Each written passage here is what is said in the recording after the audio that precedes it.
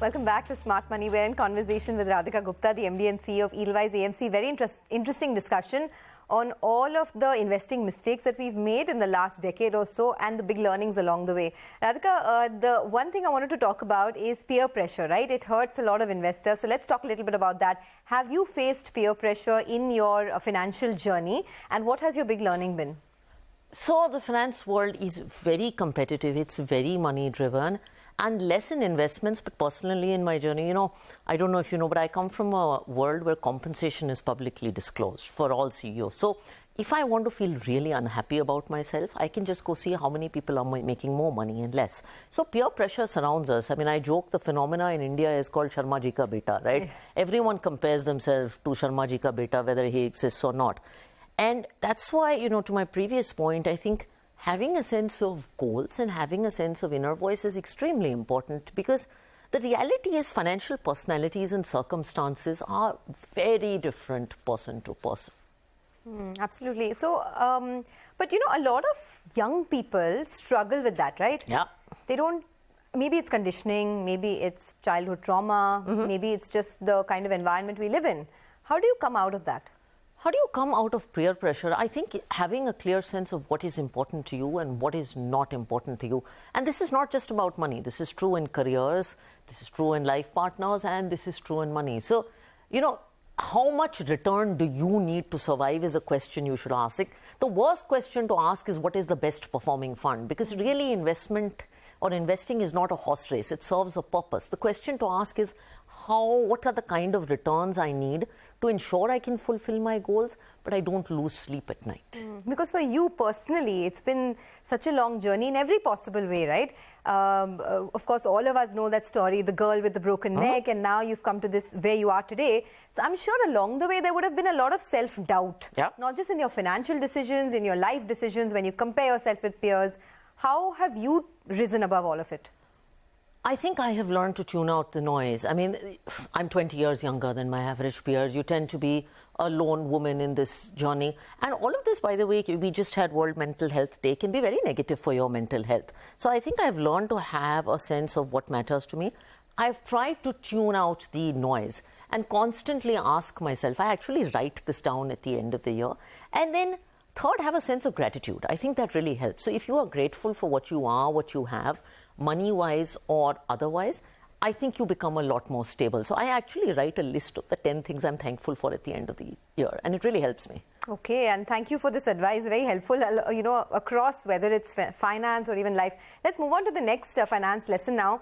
The importance of being proactive while investing. Now, what do you mean by this, and what was the mistake that you made in your early days? So I think the importance of being proactive is about just understanding different asset classes. Very easily, we outsource investing.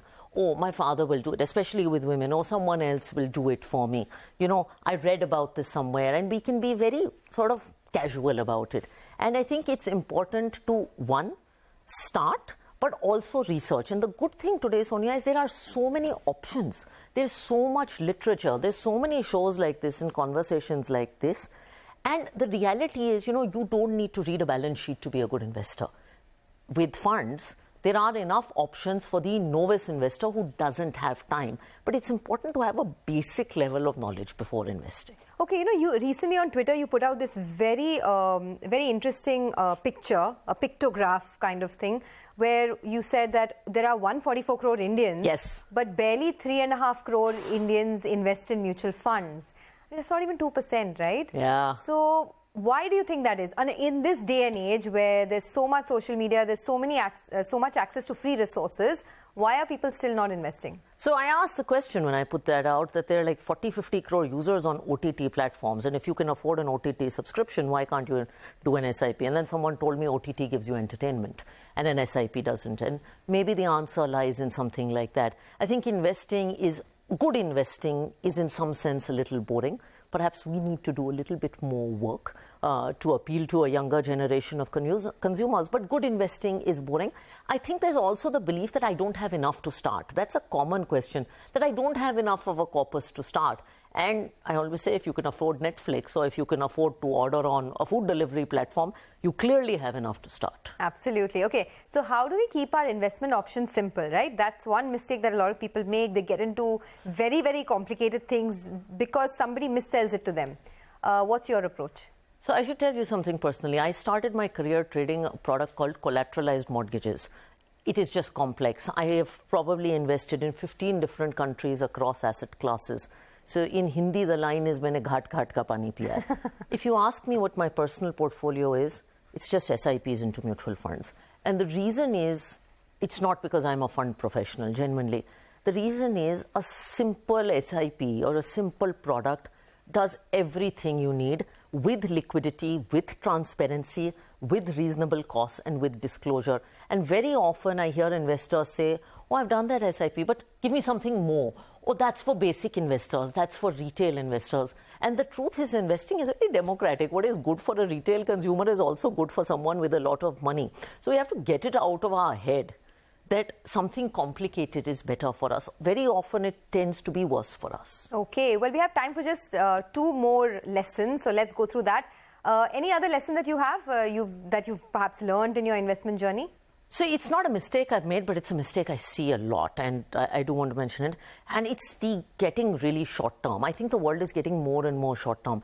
So I see people talking about 6-month returns, 12-month returns, etc., etc.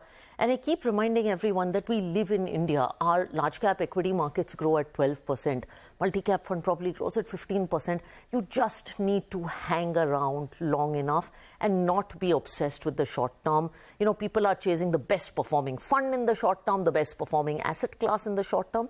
You have no ability to make sense of short-term news. So that's a big one that I just want to talk about. The power of patience, right? The power of just patience and forgetting what's happening in the last 1 year. It doesn't matter. Okay, finally, a couple of questions, just understanding your own journey, right? You've been in the market, what, 20 years now? Yeah, about 18 years. 18 years. At some point, you would have a number, a retirement number. Everyone has it. What's yours? Okay, I think retirement's overrated. I was going to ask you what a number means, but I don't have a number. I think financial independence is important. Financial independence to me is not retiring. It is about having enough money so that you're doing work not under the pressure of money, so that you're living a life where your goals are fulfilled and you're living a life that is happy. But I love what I do too much to retire. And I'll just say my dad is 70 and he's retired, but he's the busiest guy on earth. He works in foreign policy and he loves it. And I hope in today's India, most of us have jobs that we truly love. So yeah, I don't like retiring. Number. I don't have a number. Maybe I should go look for a number. Well, as they say in that book, right, Psychology of Money, money buys you time. And money buys you time. And it buys you flexibility. That's exactly. All. Okay, finally, since you're a mother now, this balance, this eternal dilemma of whether you can have it all, can one really have it all? You can have it all, but not in a perfect setting. So sometimes there are ads, perfect mom, perfect wife, perfect investor. It doesn't happen. You can have a career. You can be a CEO, you can be a mom, you can be a writer, you can be all of that.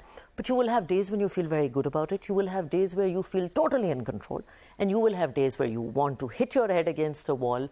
You don't have a plan, where things fall apart. So you can have it all, but not every day. Not all the time. In the long term, you can have it all, but the short term will be crazy. Okay, always an inspiration. Thank you so much, Radhika, for joining us. And it was, one of the best half an hours. Lots to learn. And, I hope and pray that you continue to achieve the kind of success that you have, and hope to see you again on our channel. Thank you. It's awesome. All right. With that, it is curtains down. Have a great weekend. See you again on Monday.